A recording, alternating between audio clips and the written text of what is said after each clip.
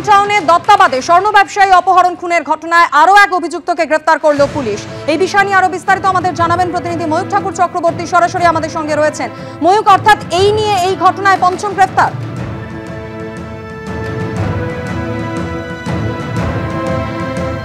দেখো, এটা নিয়ে এই দত্তাবাদ সল্টলেকে এবং দত্তাবাদের এই যে স্বর্ণ ব্যবসায়ী খুনের ঘটনা ঘটে তাতে এই নিয়ে ফিফথ অ্যারেস্ট, পঞ্চম জনকে অ্যারেস্ট করলো বিধাননগর কমিশনারেটের গোয়েন্দা পুলিশ।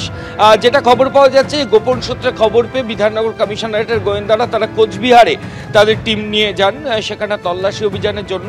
সেখানে গতকাল রাতভর কোচবিহারে পুন্ডিবাড়িতে তল্লাশি হয় এবং তারপর আজকে সকালবেলা গোবিন্দ সরকার বলে একজনকে অ্যারেস্ট করা হয়েছে কোচবিহারের পুন্ডিবাড়ি থেকে। কে এই গোবিন্দ সরকার?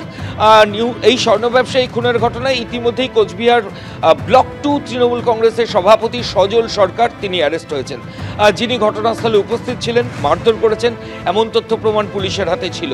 এবার এই গোবিন্দ সরকার হচ্ছে সজল সরকার ঘনিষ্ঠ, এমনটাই পুলিশ সূত্রে খবর পাওয়া যাচ্ছে। অর্থাৎ কোচবিহার ব্লক 2 তৃণমূল কংগ্রেসের নেতা, ব্লক প্রেসিডেন্ট ছিলেন প্রাক্তন, তিনি এখন অ্যারেস্ট হয়ে গেছেন এই স্বর্ণ ব্যবসায়ী খুনের ঘটনায়। সেই সজল সরকারের ঘনিষ্ঠ গোবিন্দ সরকারকে অ্যারেস্ট করলো বিধাননগর কমিশনারেটের গোয়েন্দা পুলিশ। পুলিশের তরফ থেকে বলা হচ্ছে যে এই স্বর্ণ ব্যবসায়ী খুনের ঘটনায় এই গোবিন্দ সরকারের সরাসরি ইনভলভমেন্ট রয়েছে, ডাইরেক্ট কমপ্লিসিটি রয়েছে এবং ঠিক সেই কারণেই তাকে গ্রেফতারও করা হয়েছে। যে বা যারা এসে মারধর করছিল, যারা ইতিমধ্যে প্রত্যক্ষদর্শী ছিলেন, তারা বলেছেন 5 থেকে 6 জন ছিলেন। এই 5 জনের মধ্যে কিন্তু কোচবিহারের পুন্ডিবাড়ির এই গোবিন্দ সরকার সেও ছিল ঘটনাস্থলে এবং সেও এই মারধরের ঘটনার সঙ্গে সরাসরি যুক্ত, এমনটাই বিধাননগর কমিশনারেটের তরফ থেকে বলা হচ্ছে। আজকে সকালেই তাকে পুন্ডিবাড়ি থেকে অ্যারেস্ট করা হয়েছে, এটা ফিফথ অ্যারেস্ট। প্রথমে রাজু ঢালি, তুফান থাপা দুজন অ্যারেস্ট হন, তারপর সজল সরকার অ্যারেস্ট হন, তারপর বিবেকানন্দ সরকার অ্যারেস্ট হন এবং তারপর এই গোবিন্দ সরকার কোচবিহারের পুন্ডিবাড়ি থেকে অ্যারেস্ট হলেন স্বর্ণ ব্যবসায়ী খুনের ঘটনায়। ইতিমধ্যেই রাজগঞ্জের বিডিও প্রশান্ত বর্মন, যার নামও এই খুনের ঘটনায় এফআইআরে রয়েছে, তিনি কিন্তু আগাম জামিন পেয়েছেন।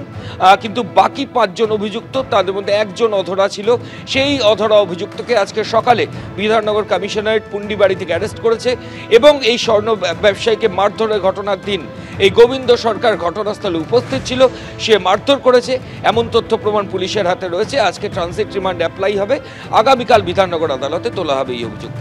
ধন্যবাদ ময়ূক।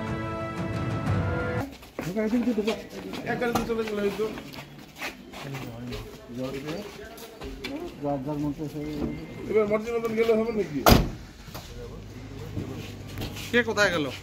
আরে কুচবিহার গাড়ি একা নিয়ে চলে গেছে। এই যে গোস্বামী বাবু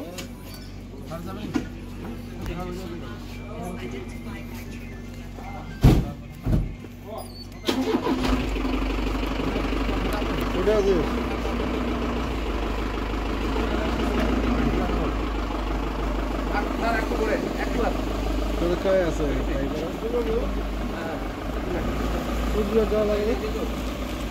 এবিপি আনন্দ, এগিয়ে থাকে, এগিয়ে রাখে।